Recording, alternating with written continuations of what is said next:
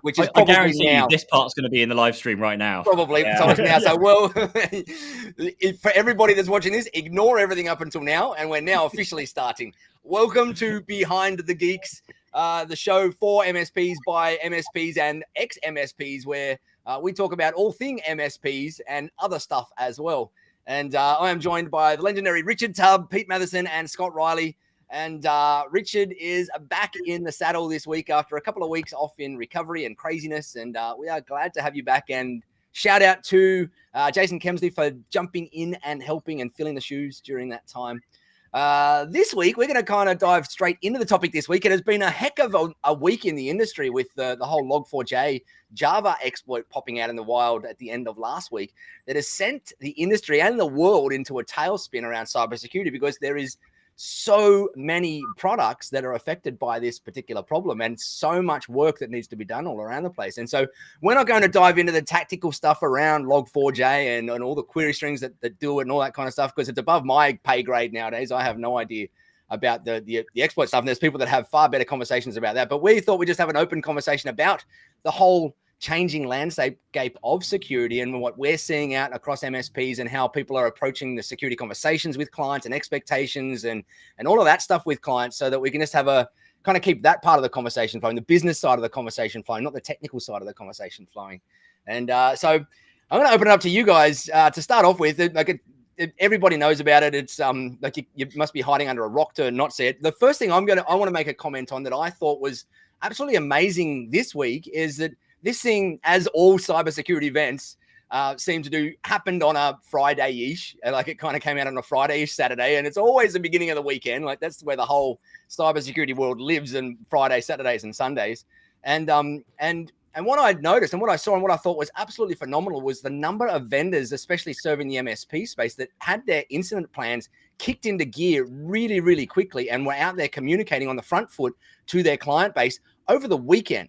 Now, I don't know about all of you guys, but even just 12 months ago, when I look at the MSP industry and the vendors, and 5 years ago when I was in it, that sort of didn't exist. Like if we had a zero-day exploit like this, it might be on a Friday, it might be like the next Wednesday we'd probably start hearing from vendors, or maybe a week later or whatever. But this to me is like, as much as people are kicking stinks against vendors and telling vendors to step up and whatnot, I honestly feel like they are here. And I've seen a bunch of vendors, not just one or two or three, a bunch of them like really step up here and really show that they've got really strong incident plans in place and incident response plans in place and teams in place to scale dealing with an issue of this magnitude. And I thought it was awesome to see. So I'm going to kick off with that kind of comment or observation. But many of you guys kind of seen some awesomeness that's out there, or some craziness, or that you like to comment on to kind of bring to the attention of the... Yeah, I mean, we've seen, I think, a couple of breaches spring to mind this year, and fairly recently ones. The GoDaddy breach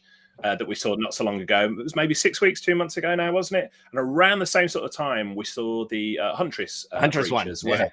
Yeah, and I was fascinated to see around the whole communication piece here, how those two companies dealt with it.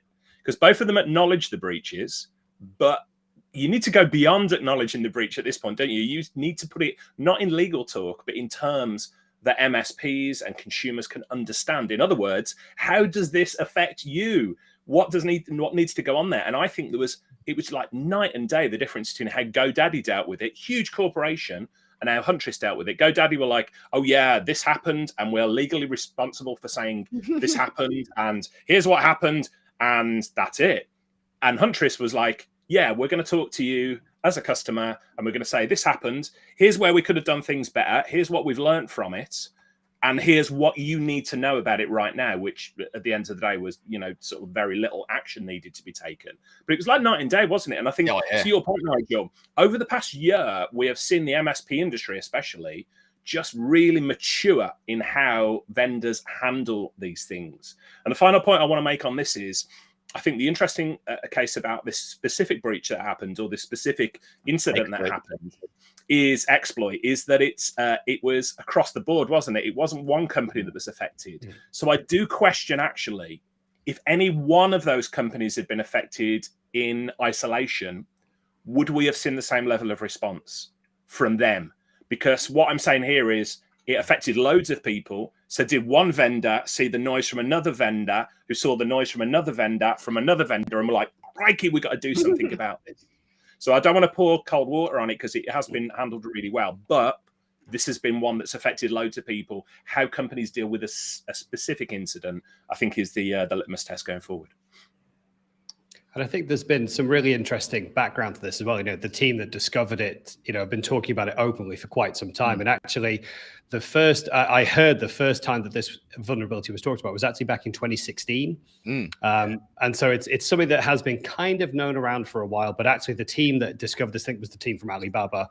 And they started to make the real noises and go through the right channels to escalate this. And so it's been known about, in the community that this is an exploit. But actually, before the real sort of 0-day public announcement happened, most of these vendors were already aware, and they had the opportunity to put those communication plans together, which I think is good. It's also a shame that I heard that some of those bad actors also got in on that advice sort of 9 days ahead of the public announcement. So they also had the opportunity to launch. I think it was like over 1 million attacks over that first weekend, including some state-sponsored attacks as well.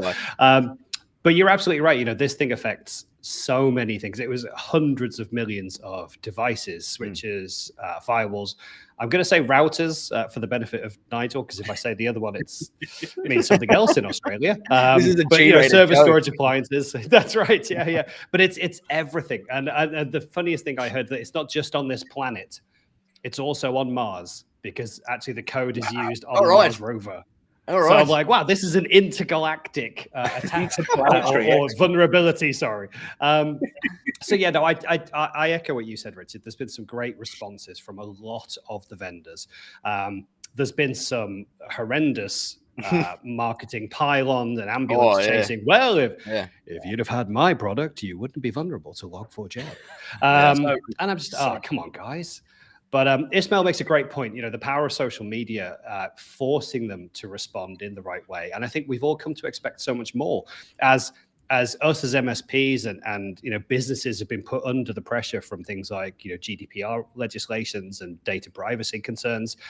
Now we're expecting more from our vendors, and we're expecting far more transparency. And you can't just get away with, although AWS did this exact thing this week, you can't just get away with saying, something went wrong and it was a bit unexpected, but we fixed it. It shouldn't have happened.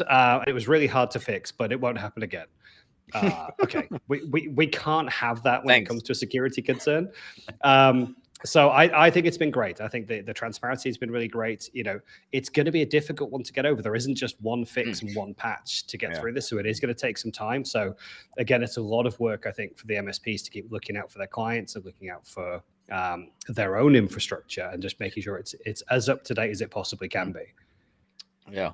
I think the social media thing is quite an important one because, like you're saying, but beforehand, it wasn't really being reported that much. I mean, we've seen like the other kind of threats that have come through being semi-reported, but I don't know what it is. But this time around, I mean, I was seeing the log kind of stuff announced in like financial things and like on the general news and all these other kind of places that it wouldn't normally be talked about. Whether that's because we're all just stuck at home and have nothing better to talk about, I don't know. But it's definitely helped because the more people that talk about it, the more serious it's. I mean, it is serious, but the more serious it seems be from everyone else that's involved, and then the more focused the vendors putting the fixes out. I've seen so much going around from the guys of Hostify, like they've had to deploy a ton of updates across all their infrastructure. That's been that must be a task in itself, trying to push those out and communicate it with your clients, setting expectations on downtime and scheduling windows and all those kind of things. That's a huge undertaking, and that's just one company out of all the other kind of billions that are out there trying to do this. Like Amazon, didn't Amazon have a blip like the other day as well? I think that had a few issues. Yeah, they were out for half a day on East Coast or West Coast or something. I think was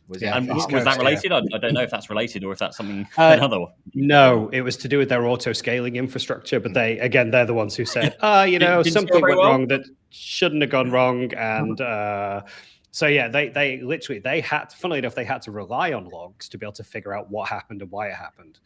But no, it wasn't related to this incident. One of the things I want to point out here.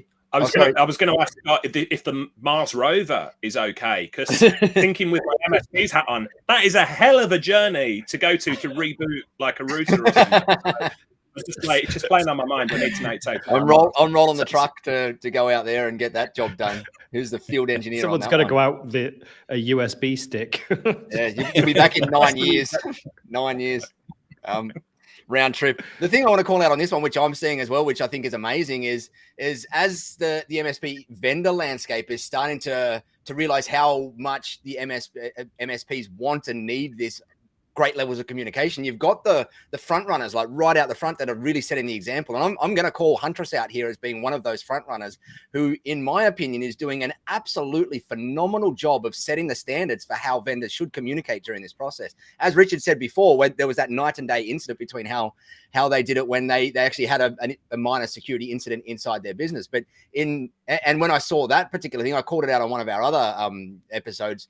I called it out because it just blew my mind as to how quickly they were able to get together, not only do have an incident response, but have one that was so well worded and so comprehensively approached and everything in there that it had to have been planned in advance, which is the best part about the whole thing. And what's going to happen now is all these other vendors and all you MSPs out there can see these amazing examples that you can take inspiration from to start to go and build your own incident response plans in here, and how to attack these things, and what type of language to use when talking to your clients, and how transparent to be without losing reputation. And you'll see that the transparency levels are ridiculously deep that companies like Huntress are going to, and they're not losing reputation. They are gaining reputation by being that transparent in there, by showing the dirty, nasty, horrible stuff behind the scenes that led to this stuff and led to their own incident breaches. And I am seeing comments after hundreds of comments with people saying, like, after reading that made me want to work with Huntress more, not less, after they had a security breach. And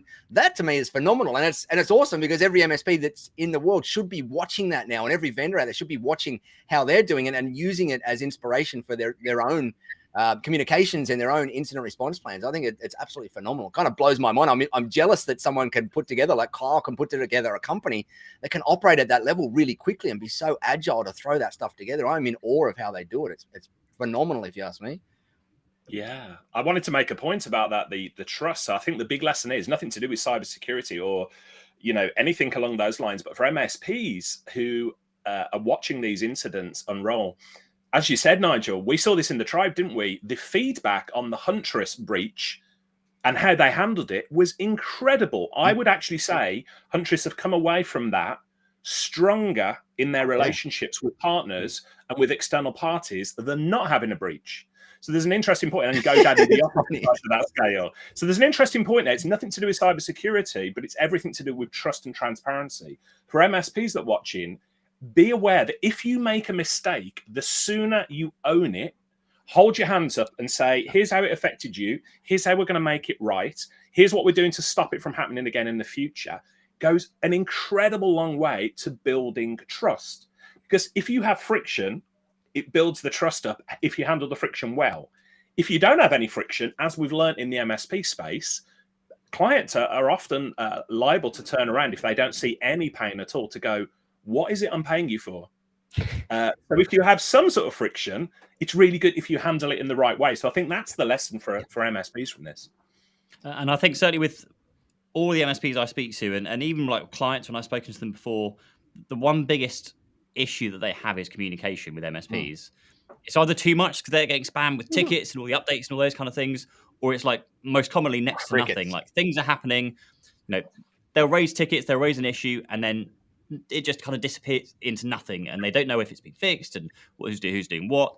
So I think it's so important that you can fix a lot of your problems just by talking to your clients and just say, this has happened, this is what we're doing about it, this is when you'll get the next update. I think that's an important one, because when you have these kind of big outages and big kind of issues, you can say, this has happened, we're going to fix it, don't worry, and then that's it, and it goes quiet. But actually, if you say, we're going to check in with you every day or every 12 hours, just to let you know where we are, much like our vendors do with us when there's big outages, we'll let you know every half an hour, even if, and it knows it's annoying, in that half an hour there is no update, and you go, there is no further update, we're still working on the issue. But at least you're staying in that regular touch with the clients. That's such an important thing. It's so easy to fix, and you just need to put someone in charge of that, like that role of communication. Like while the engineers are off fixing and doing all the things, just have that one person, if you've got the staff there, to say, you're in charge of the communication on this kind of project or this issue. You must send out an update through your CRM system, whatever it is. every half an hour or every hour, or agree it with your clients, and then they are responsible. And they just talk to the engineers and say, right, where are we? Okay, cool, I'll communicate it. And they kind of run with that. I think that's such an easy thing for a lot of MSPs to do. And quite often the best person to do that is not the techs. There's someone else, in an admin part of the role, a salesperson, a marketing person, the owner of the business, sometimes not. Because it's someone that needs to communicate in human speak, not in tech speak. And God love us techs, but sometimes we speak too much in tech speak out there and not enough human speak in there. And that's what clients really want, right? Is they just want to be able to understand something very easily. And that's what I think some of these vendors have done an amazing job of, is just put it into that real human speak in there and put personality behind it. Richard, there's something to be said here about as well. I think it was 8 years plus ago that Gary Vaynerchuk said all companies are media companies. Now, I'm not a great fan of Gary Vaynerchuk, but he speaks a lot of sense and a lot of wisdom. I can see Nigel was like, "What? You don't love Gary V?" Oh no, I was trying to imitate him. He's bloody right. But the point is, there's also an opportunity here. If you make a mistake, you own up to it. You say how you're going to fix it, but there's also an opportunity to then show behind the scenes. Here's what we are doing to make sure this doesn't happen again. Here's the impact it had on us.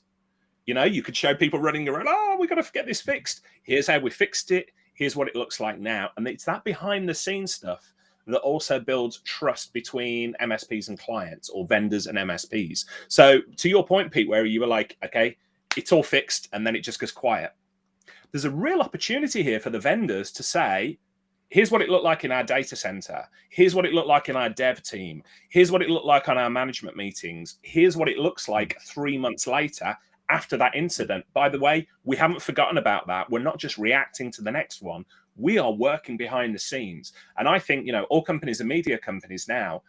That medium might make people feel a bit uncomfortable sort of showing a camera behind the scenes, but it's super, super powerful for building up trust. Yeah, and it helps people see the thought process that goes on behind things. And that's what I really loved about the Huntress one, when they were talking about their incident breaches. They were not only going through and just describing it in human detail, but they were describing their thought process as they were making decisions through there, so that you could see the way that they were reasoning. They went through the process and how they had the conversation with their lawyer about how much they should disclose and how they made decisions to go against that. And they were just going through behind that process was an incredible lesson. It wasn't only reassuring for people reading it to know that they've got things under control, but it's also a lesson in how to think through these processes, because these guys were thinking at an amazing level in there. And I think it was amazing. Scott, you mentioned in there that you want to have a quick bit of a conversation about how do we, this whole security landscape is just madness, right? At the moment, it's just a crazy world, and it's very hard for small, nimble MSPs to keep up with the whole thing. How does the whole MSP/MSSP/SOC kind of thing play out now at the moment? And when does it become too much for an MSP to handle? And where does the line get drawn between needing to have the services of a SOC or an MSSP or whatever in your thing? And so, Scott, I know you work a little, you're on the front lines far more than the other three of us at the moment. So you've probably got the best advice or input on that one. What are you seeing in that space at the moment in terms of where to draw the line and when to call in for help versus trying to do it all on your own and trying to be the MSP jack of all trades in there? No, and I think that's exactly it. It's the trying to do everything yourself, because the security landscape keeps changing so much. And when we look at things like that happened this week with Log4j or Log4j, depending on which side of the fence you sit on for that, what it makes me think is that, so many MSPs, and not just the 1-man and the 5-man shops, but even the 50 and 100-man shops, still don't have a dedicated SOC team.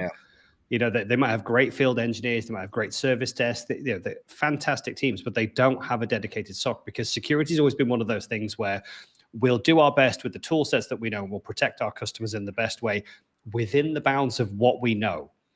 But there's so much that we don't know. And you get into these situations where you have, co-managed services with clients where they have access to the firewall and you have access to the firewall, and you look after their antivirus and their backups. And is that enough? Is your security stack enough? When what's actually happening is we're seeing all these different things from different tools all over the place, and it isn't your RMM system that's going to pull it all together. It isn't your PSA tools. It's going to go, oh, do you know what? You have, your firewall and your switches, and your routers, and your Office 365, and some servers in AWS and Azure, and all of that stuff's got to go somewhere. And what used to be only for the big boys in those SOC and SIEM services now applies to organizations of all sizes, and that means that it applies to MSPs of all sizes. And I just don't think that the smaller MSPs, but I do mean like up to like 50-man shops, so still like smaller MSPs, but it's big, it's a lot of people. I don't think we're set up to cope for that. I think you have to look at this and go, we need a partnership, or we need a security operations team, and you can either build it in-house. It's the same old, buy or build. You can try and do it yourself. You can try and learn it. You can hire some clever guys. You can have 1 or 2 clever guys who are really good at it, or you can partner out. And I think for the cost and the development and the expertise to get that going in these smaller shops, it's such a burden. But I don't think that we can keep running away from it. I've genuinely worked, with and for lots of MSPs who've just kind of got security. Oh, the old Drake. Head in sand. Yeah. And I just don't think we can anymore. And I think, we've talked about this in the tech tribe. There's liability waivers. There's letters that we can write to the clients and say, hey, we just don't feel like you're taking it seriously, so we're not going to be your MSP anymore. Or when we're bidding for business, look, you're not prepared to pay for the basic security services. I don't want to, I don't want to take on this contract for these reasons. And I just think we also need to mature and step up. And I'm sure there's some MSPs listening like, hey, we have a SOC and we have a SIEM, we've got this sorted. But I would bet that there's a huge amount of the audience that's listening that just go, I get it. We have our stack. It's in good shape, but it's still bloody hard for us to manage that at scale across all the customers when unexpected things come along. Pete, you make a great point. What is the difference between an MSP and an MSSP, and how do you get into that mindset, I guess? Yeah, the MSSP is an interesting conversation, because I've seen a lot of MSPs call themselves an MSSP, but it's that defining what makes you do you self-declare it? Is it a product you're choosing? They do. Is it a service It's you're all offering? self-declared.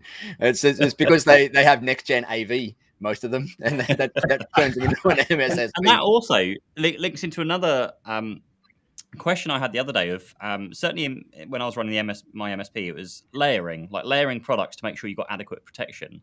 What are you guys? What are your thoughts around? Do you still need layering products? Do you just find the one best of breed product and go with that? When you're talking about the various ways into your network and into like infections and viruses and ransomwares and hacks and stuff, where do you go? Do you still try and get that kind of 2 or 3 layers? Yeah, I think defense in depth is always a fantastic approach to security. And generally, again, inside the smaller MSPs, you'll see them stick to the same vendors so that they build up their expertise that they know and trust.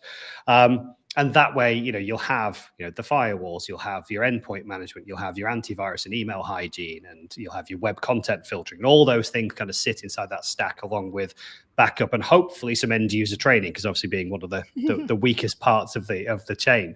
But I think that can still be a challenge, because some people are declaring themselves MSSPs because they use a certain next gen firewall, and that next gen firewall gives them a badge that says, hey, you're now an MSSP. Are you, though? When we look at things like that have happened this week, if any of our clients have lost money because of some of their services happening here, are we an MSSP? And I just think there's a speciality here. When I simply look at our business and go, hey, do you know what? We don't do Dynamics and we don't do Power BI and things like that. And I would look at security operations and say, we don't do that. We are great at securing the environment. But we're looking at this piece of the puzzle here. For a holistic piece that touches every single device that you have, we need to use a security operations center, and we have an outsourced option for that. I'm not doing a sales pitch there, but I think the other part of this that's interesting that you touched on, Pete, that Richard, I think you'd like to talk about is, what about consolidating down? Again, I'm a big Microsoft advocate, so we're trying to consolidate down. Look, don't use third-party antivirus and mail filtering, and now even web content filtering, because all of that is built into 365 and Defender. Is that a good thing? I'm kind of putting all our eggs into one basket, and I think that's a good thing. But Richard, what do you think when it comes to consolidation that way? Yeah, it's really interesting. So before I was off the show ill, the 2 weeks before that, I was actually traveling and doing a bit of speaking, and I was speaking at the Acronis Cyberfit Summit in Switzerland, in Schaffhausen. Brilliant. But Acronis are one of these companies that are working towards consolidating different tools. So they coined that term cyber protection. So you've got cybersecurity and you've got BDR, put them together, cyber protection. Now, I think this is where a lot of the industry will be headed, because you can't just have a tool in isolation, can you? They've got to be together. Now, the next question then comes up, your BDR, your cyber security and that, do you have them from the same vendor? There's definite advantages to having that. So in old terminology, what we used to say back in the day when we were selling managed services to a client is, oh, you've got one throat to choke. So if something goes wrong with anything that's got a plug on it, you call us, you choke us, and we're going to get it fixed for you.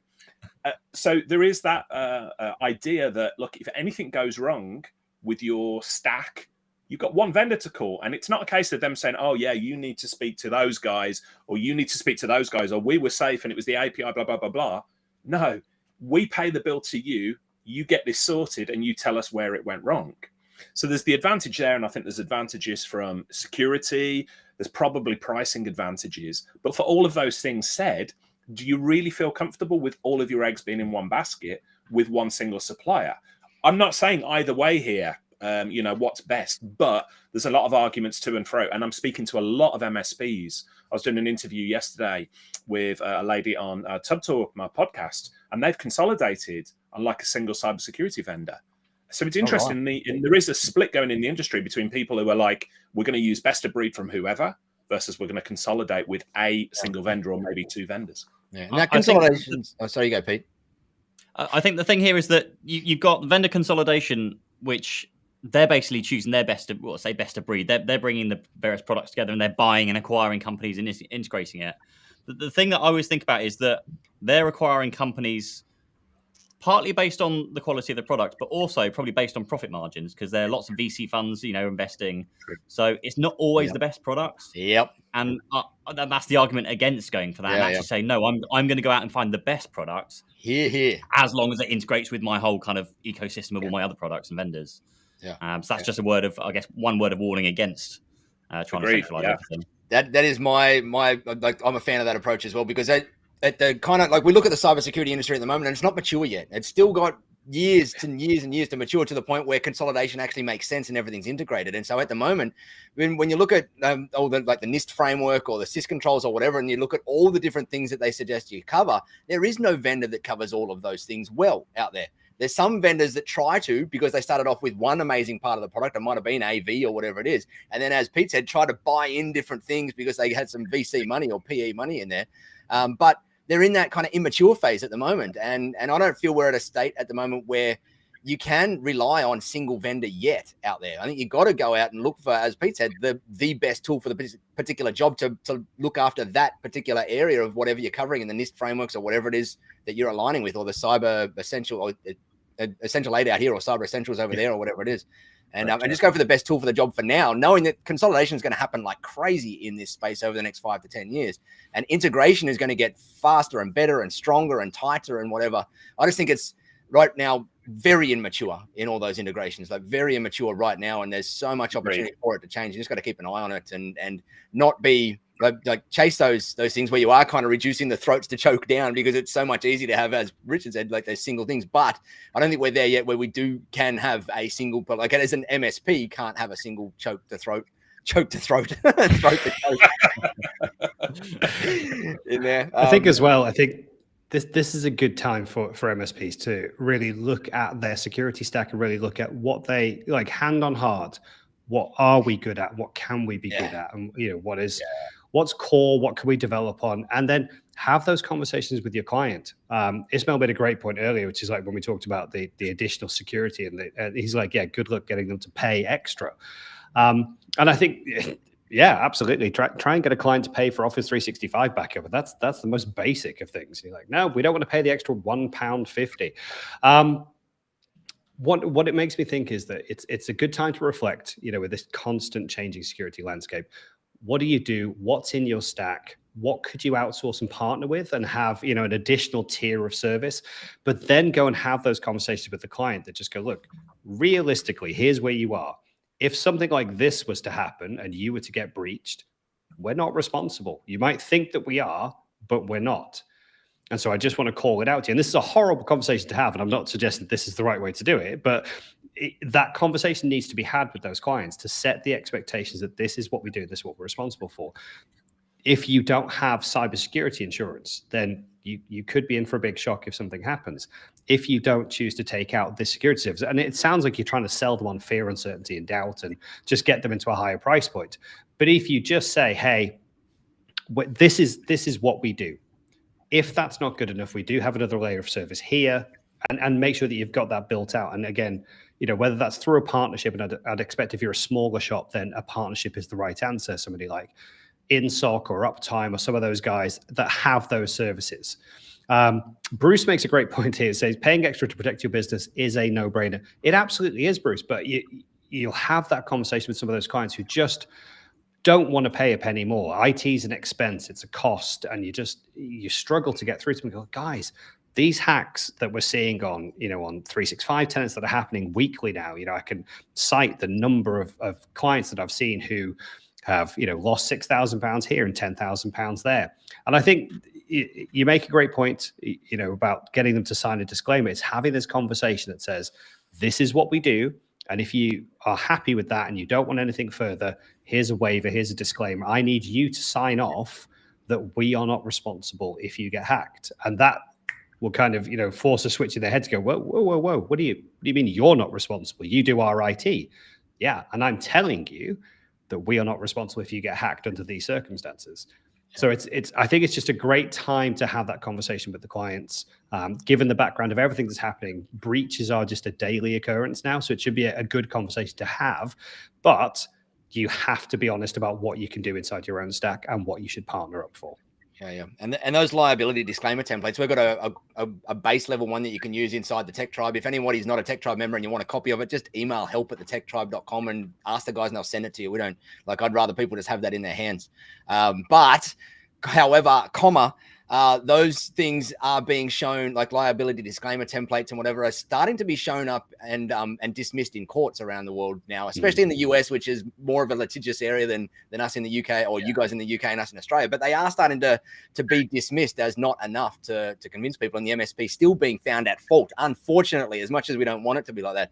But what they do, and what, to Scott's point, is that they also just help show the client that's making potentially a bad decision that you guys actually do take this stuff seriously, and it can become a sales tool and a mindset shifting tool to that person to go, like, if they're going to this level to make me want to sign a piece of paper, maybe I am making a bad decision here. And before they were just telling at me, like barking at me to do it, but now they're literally getting me to sign something official. I probably do need to change my stance on these things here. And so they can be used very helpfully as a sales tool. Be careful using them as a reduction of liability tool, because some jurisdictions, they're not being held up too well out there. We've got a screen share here on how do I click this button to get a screen? Oh, there we go. So I'll talk about this. So I did a piece of work recently on it was a Vance and Bourne survey of about 400 MSPs worldwide, and we're talking about cybersecurity and how MSPs are reacting and to the future of it. It's a really good survey. It was done in conjunction with Channel Pro magazine. I'd encourage you to check it out. Anyway, I wrote a blog post about my sort of insights from it. But the interesting piece that we were just been talking about is MSPs struggling to justify increased costs to clients based on cybersecurity. We've had loads of comments. Barry talking about it coming back to communication. Bruce talking about communication. So on and so forth. But 59% of MSPs who were surveyed, and we're talking globally here, we're not talking a handful in the US. This is from people all over the place. 59% of MSPs said we really struggle to justify to our clients why they've got to have new security tools, because the clients say to us, and we all know this listening to this, the clients say, well, wasn't that covered anyway? And so you're like, yeah. And the best answer I've seen for this so far is from a tech triber, actually. It's from Ernst Murray. And he does packages, he's MSP packages, doesn't he? I think, Nigel, in like 2020, 2021, quarter one, and things like that. Yeah. So I think it's a great way of going, because we all know what was fit for purpose last month, last year, may not be fit for purpose now. And so if you're actually putting dates on your packages saying, well, you've got the Q1 2021 package, when the client said, well, why do we need that? Well, things have moved along. And I think a great example of this, do you remember the early days we were doing this show and I had the PC here and I was like, look, this is a kick-ass PC. It's really, really good. And it kept crashing. I was like, well, what's going on? And then I checked into it. My PC was like 8 years old. I was like, and it didn't occur to me once that I was like, holy cow, this PC is 8 years old. We all do it though. We learn to live with what we've got in front of us. We don't ever question why we need to upgrade until we're forced to upgrade. And so I think the idea of sort of naming those packages and saying what was good for last month, not so good for this month. Yeah. Well, hang on. I'm just copying the URL in here because Ismail asked to share the URL to that thing. So I've just pasted it across there for you, Ismail.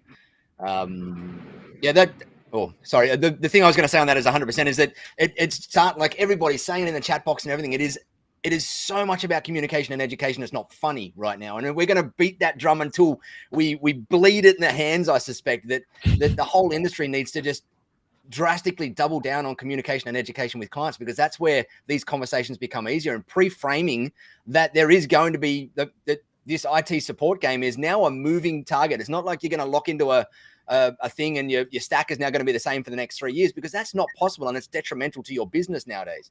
We need to always be talking to every client saying, hey, Mr. and Mrs. Client, let's have these conversations now that the goals are going to change. The landscape's going to change. There's these hacking teams over in Russia and all these countries that are creating new ways to do things all day, every day, and coming up with new things. And so we're in a war now where we've got to adapt, and we've got to be adaptable. And you need to be adaptable as a business owner, and we need to be here to coach you through that process and help you understand the risks that happen through that particular thing. And as part of that, we're going to have uncomfortable conversations in the coming years. But that's our job as your provider here, to bring you into those uncomfortable conversations. And we expect you to turn up to them with an open mind and I'm not going to say open wallet, but sometimes you need an open wallet too when you turn up to those things. But that communication piece, oh my goodness, like I'm going to beat it until the cows come home, but it is so ridiculously darn important. Communication and pre-framing is so darned important at the moment. And yeah, there you go. End rant.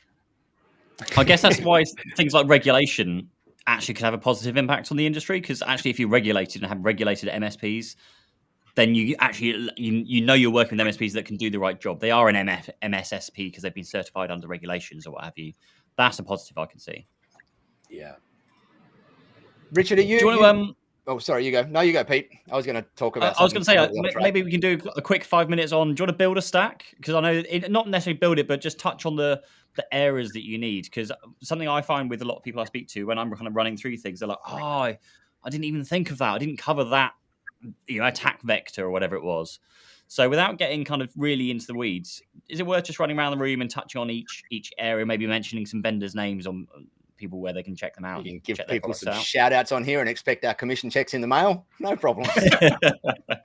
So, Scott, I think you've already written a list in the document we work for. But if I start off the top, so in terms of like building out a security stack, MFA, what are the go-to providers for MFA for your clients? Microsoft. Sorry. That's answers to this. Authy, any other kind of thoughts around? Because I know there are some designed to work at the MSP level that help you kind of work with clients. There's like Duo and Keeper and LastPass that now have MFA sitting in it now, and there's Mikey as well, isn't there? Mikey is another one. Yep. There is, yeah. Mikey's actually really good. We've just been trying that recently. One of the things I like about that is the fact that it's completely decentralized. So there isn't a central database that could get hacked.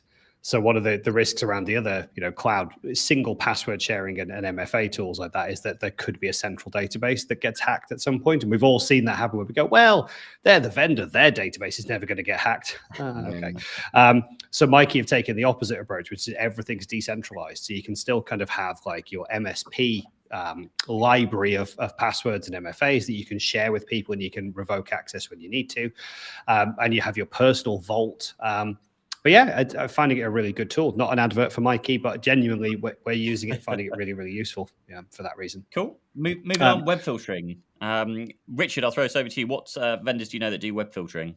Oh, so many at the moment, isn't there? I think Barracuda have got a solution that's out there. There's, I'm really intrigued. I don't want to sort of bounce this back, but I'm really intrigued to see in the chat what people are using and finding valuable, because I could just list off. In fact, we got on the blog like list of web filtering tools and that. There's so many out there, and I can speak to the company's culture and the ones that I would recommend you deal with. But there's startups coming out almost every week, it feels like now. I know Barracuda acquired Scout for email security recently. There's all these acquisitions, and to the point Nigel made earlier, you can't really at the moment cover all your bases with one vendor. but the market is consolidating so quickly. And you would have thought that's going to narrow the choices. It's not, because there are startup companies every week with new products that are coming out there. So I hope that's not a cop-out, because I could sit here for the next 10 minutes just listing tools. But I'm really intrigued to see what people out in the real world are using and recommending at the moment. Nigel, let's throw it to you for email hygiene. Sorry, were you going to throw it to me? Email hygiene? Throw it to you for email hygiene, say email filtering, vendor-wise. I hear good report, and so we obviously, we're Office 365 and we have very limited usage, so we just do with the ATP part of Office 365 for our email filtering inside the Tech Tribe. But I'm hearing in terms of the MSP space with clients, I'm seeing people use Proofpoint, I think is one of the big ones that people are having a lot of success with. Barracuda's got another offering, I believe, that people are having success with. There's a Cisco one. Richard, you might know the name of the Cisco one that people are using. I can't remember the name of that one.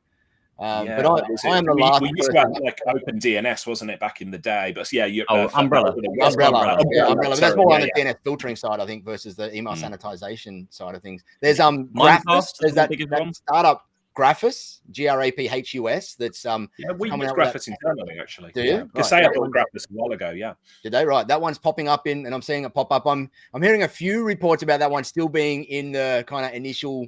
They're learning and they're growing and whatever, and there's a few other bugs or limitations in the platform, but I'm seeing them make a few big waves in the marketplace.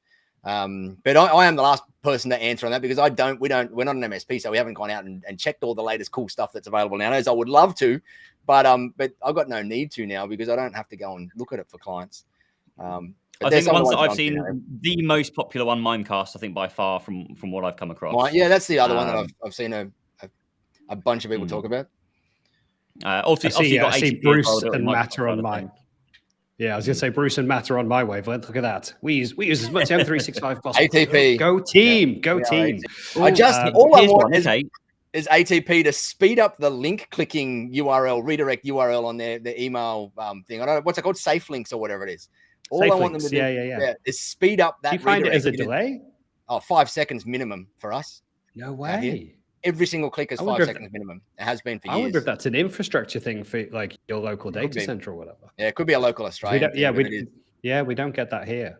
Right. Yeah, maybe it's just us Aussies. But it happens from everywhere. To stay off the Microsoft bandwagon for a second. Yeah. But Mimecast is good. We see that in a lot of enterprises. The one cautionary tale I would say with Mimecast is if you use it for email archiving, or if you as an MSP come across a client who's on Mimecast and you're thinking of moving them to something else and they're on email archiving, forget about it, because the data exit charges to get the data archive out of Mimecast are very expensive, and then the data ingress charges to move them into whatever platform you want to move them into are also very expensive. So if they're on Mimecast and they've got archiving, I found Mimecast was actually really affordable. So we had one of our clients that had an archive in something else, and we moved it into Mimecast, and the cost to get it out of their system was like 10 to 50 times the cost of Mimecast's cost of getting it out. It's insane. We've seen, because like you've had people that are there for like 5 years or whatever, and you're like, okay, let's just export this. Yeah, that'll be £10,000. Oh, okay. And is that going to come out in a native format that I can then ingest? Sounds like a ransom, nearly, right? Let's just no. We had a 50 or 60 grand bill to get it out of somewhere. Good Lord. Goodness. I won't say the product name, but they know how to sing their client. Richard's just called out in the chat box that we've got DropSuite, and that's who we use in the Tech Tribe. We use spanning backup internally because we're a Google shop, because we drank the Google Kool-Aid years ago. So yeah, at the moment Scott's like, but so we used spanning backup, but Scott's actually walked away. Is that offended that I'm using? I've walked away. But yeah, we use spanning backup, which was acquired by Kaseya, but we recently moved across to DropSuite, which is offered by Pax8, I think, in pretty globally, and certainly here in the UK. Super simple. Awesome, and this, the reason we moved across is the simplicity. Yeah. I don't want to be the person within our business who has to do any recovery or anything else. The team can go and do it. It's that simple. It's like when, the team are not IT professionals, they can just go and do it. So I think simplicity is the key here. So big shout out for Dropsuite. Yeah. I want to moving on very briefly because we've not got a huge amount of time left. Yeah. Sure. So covering the other topics. So backup. I mean, there's no point in going through the backup providers because there are just so many of them out Billions. there. We know all the big names. Device protection is an interesting one. Is that more, Scott? I think when you're writing this list, is this more the kind of MDM stuff? Yeah, MDM or MAM solutions. So whether you're using, again, if you're in 365 world, there's options there with Intune and Endpoint Manager. But there are, MAS 360. There are what's VMware's? My brain just went blank. But yeah, I think getting control of business data on corporate devices is still very important because, again, it'll usually be, hey, we're a Windows shop and everything's on Windows, and so we've protected everything. Cool. Oh, but there are 2 Macs in the business. Oh yeah? Who's got the Macs? Well, it's the CEO and the FD. Of course it is. So it's the 2 people who've got the most sensitive data. Yeah, they won't use Windows. Yeah, of course they won't. Yeah. And are you doing anything to protect the data on that? Well, it doesn't really fit in the Windows ecosystem. Okay, you need AirWatch was the VMware one. So you need, AirWatch or MAS 360. You need something like JAM-F to get it integrated. So just be aware that, we can't just again go, well, it's not Windows, and so it's a special case, and we'll just make an exception. We have to be taking control of the data on those devices too. So just those things really come to mind, as well as I think we also talked about end user security training, end user awareness. So whether that's, know before or people like that, it's got to be accessible. It's got to be interesting because the people who sit in accounts and do accounts all day aren't really interested in cybersecurity. They're really good at doing accounts. So I think there's lots of stuff there that we've got to really get the team engaged. The whole business needs to be cyber aware, not just the techies. One of the things that I want to, like, we're talking about all these vendor categories that we've got there, like AV and backups and whatever. But one of the things that often goes missing in an MSP vendor stack is the catch-all option, the insurance option. Like if something does get through all of those layers and makes its way through, what's your catch-all? Like what is your default option? And I think was it Bruce who mentioned, he asked, do all MSPs have cyber insurance out there? My answer to that is a straight up no.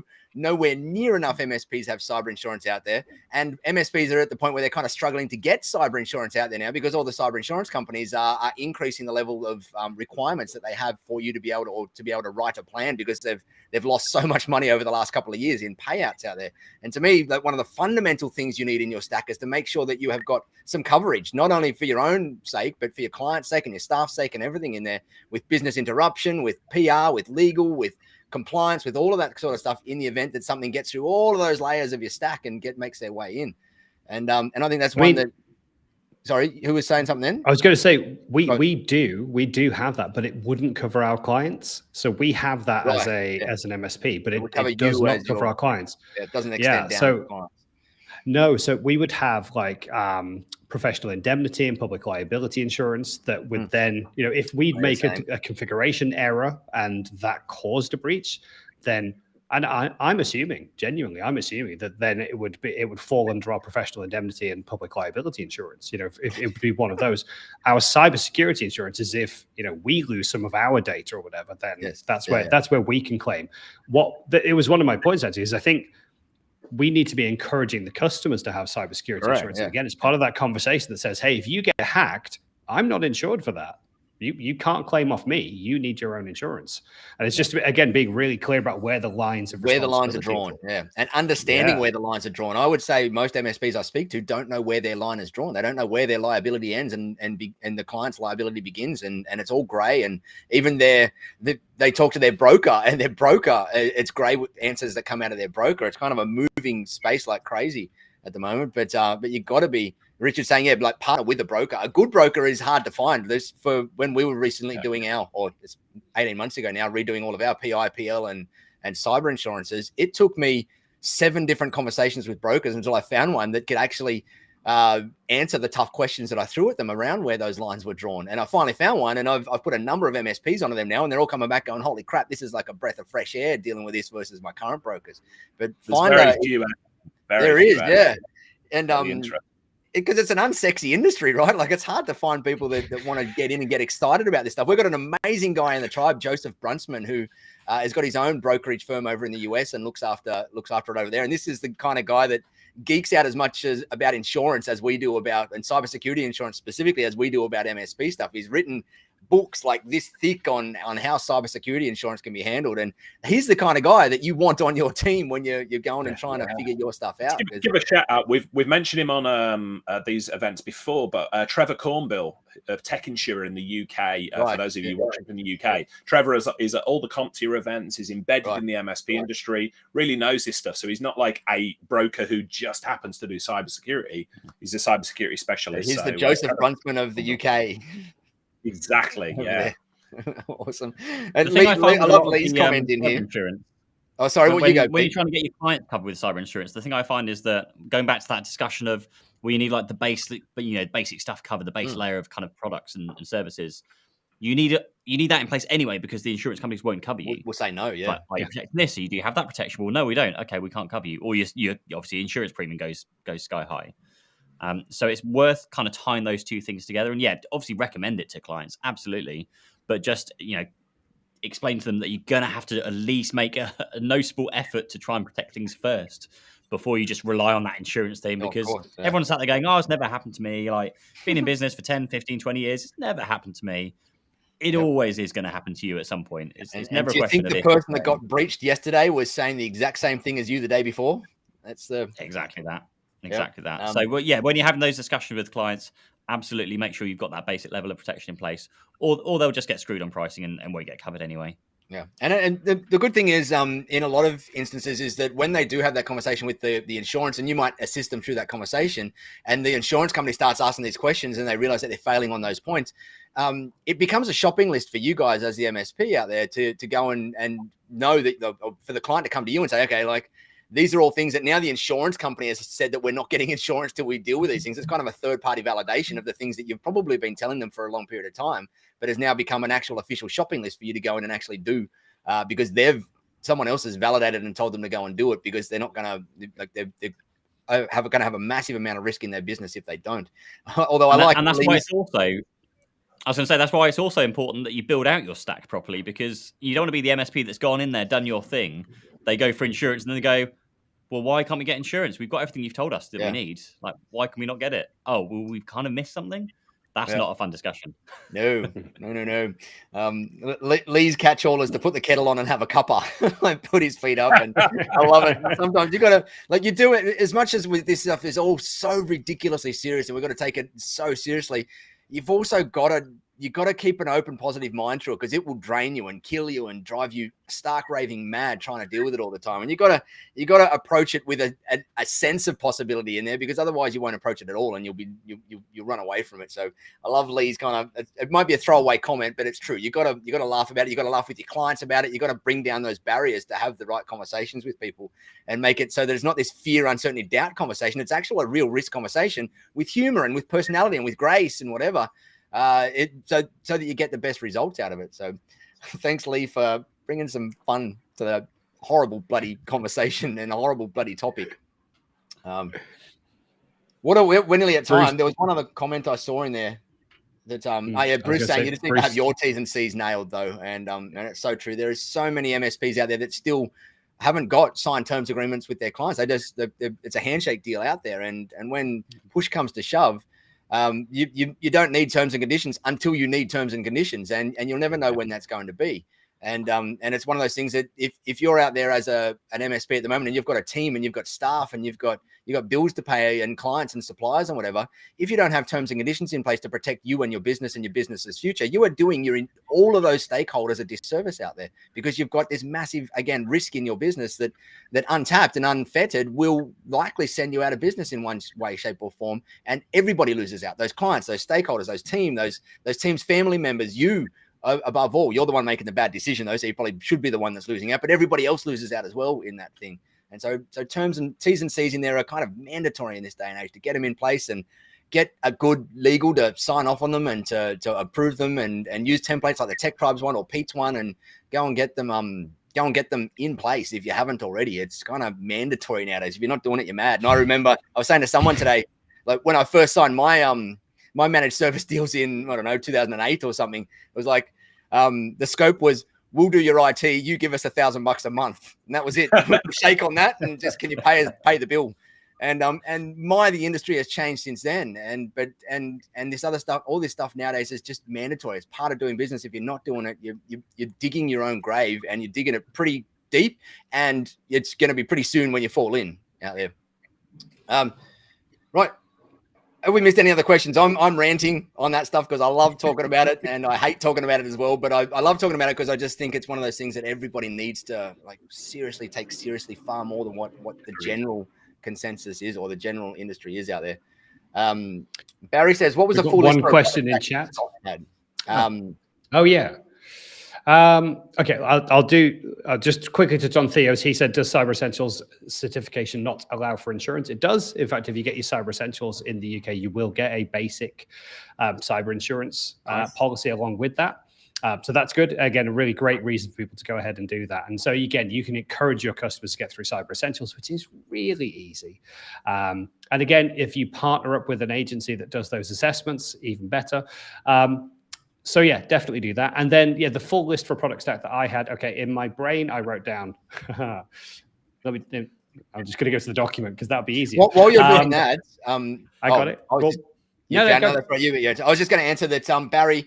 Jennifer Bleem from the US also did a little training inside the Tech Tribe maybe 6 months ago called the Cybersecurity Stack Builder, I think it was. It was something similar to that. If you search for it inside the Tribal Library under Expert Workshops, you will find it. And because I'm 99.9% certain you're in the Tech Tribe, Barry. And she did a really good training of how to align that stack with a NIST framework style approach in there, and all the different vendor type partners that were in there in a visual layout, which was really good. Ismail saying, I love that course. Thank you, Ismail. But it's in there as well, Barry, if you haven't seen that. But sorry, back to you, Scott. I was just pointing out a resource. No, it's a really great one. I was going to call it out myself because I really enjoyed that. And I'll do a terrible impression of it right now.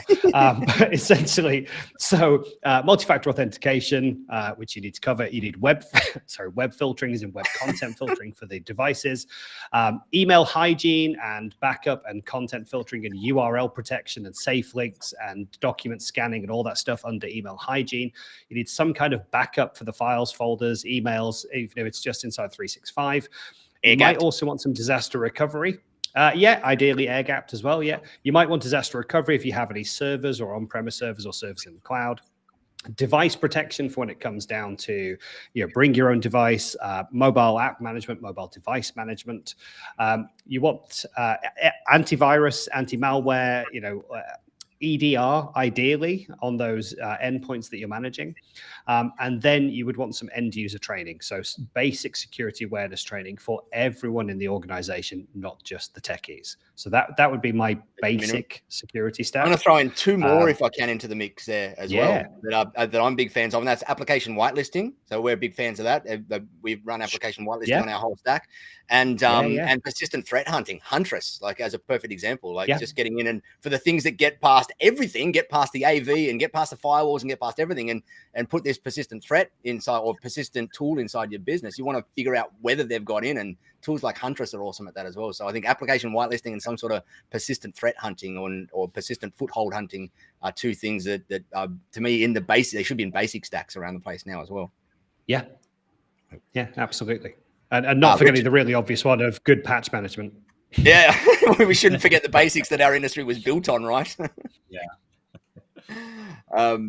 Oh, here we go. Ismail saying, would be great to have a section in the TTT for MSP stacks, essentials, advanced, and premium. And that's, I would love to build something like that. It's so darn hard because of the industry, how fast it changes and how different all the local frameworks are around the world, like NIST versus Essential 8 versus Cyber Essentials versus everything. So I'd love to do something like that, but it's kind of one of those things you'd put 100 hours into building it, and then 6 months later you have to rebuild it from scratch, and you go, crap.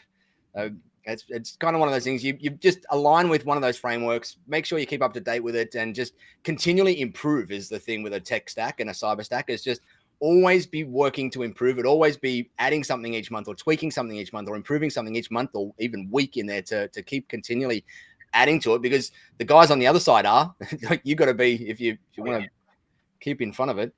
And password manager also, Jorgen says in there.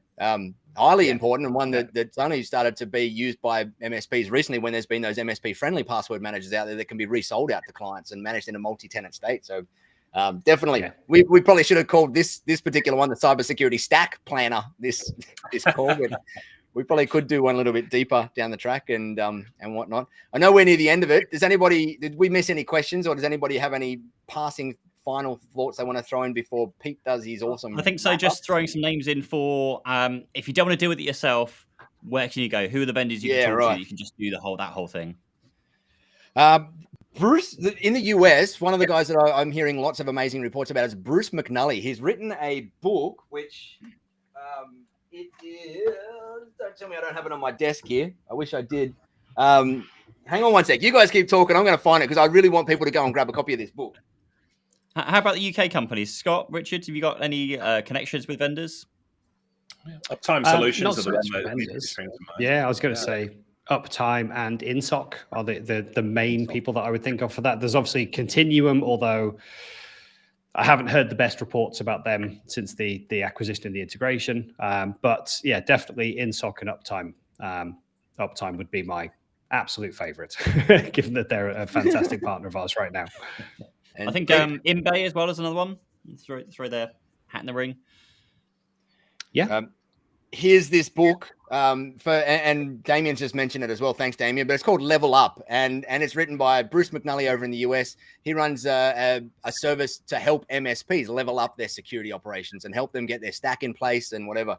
And this book, like looking at the table of contents in this thing, is just the kind of table of contents you want to read, like why you need protection, your cyber stack, just-in-time documentation, passwords, cyber liability insurance, policies, tabletop exercises, firewalls, website hardening, AD hardening, preventing lateral movement, bypassing AV, like all the stuff we're talking about, right? And this is all the stuff that an MSP really needs to be on top of. This book here, 200 pages. I'm a firm believer that every MSP in the world should go and read it.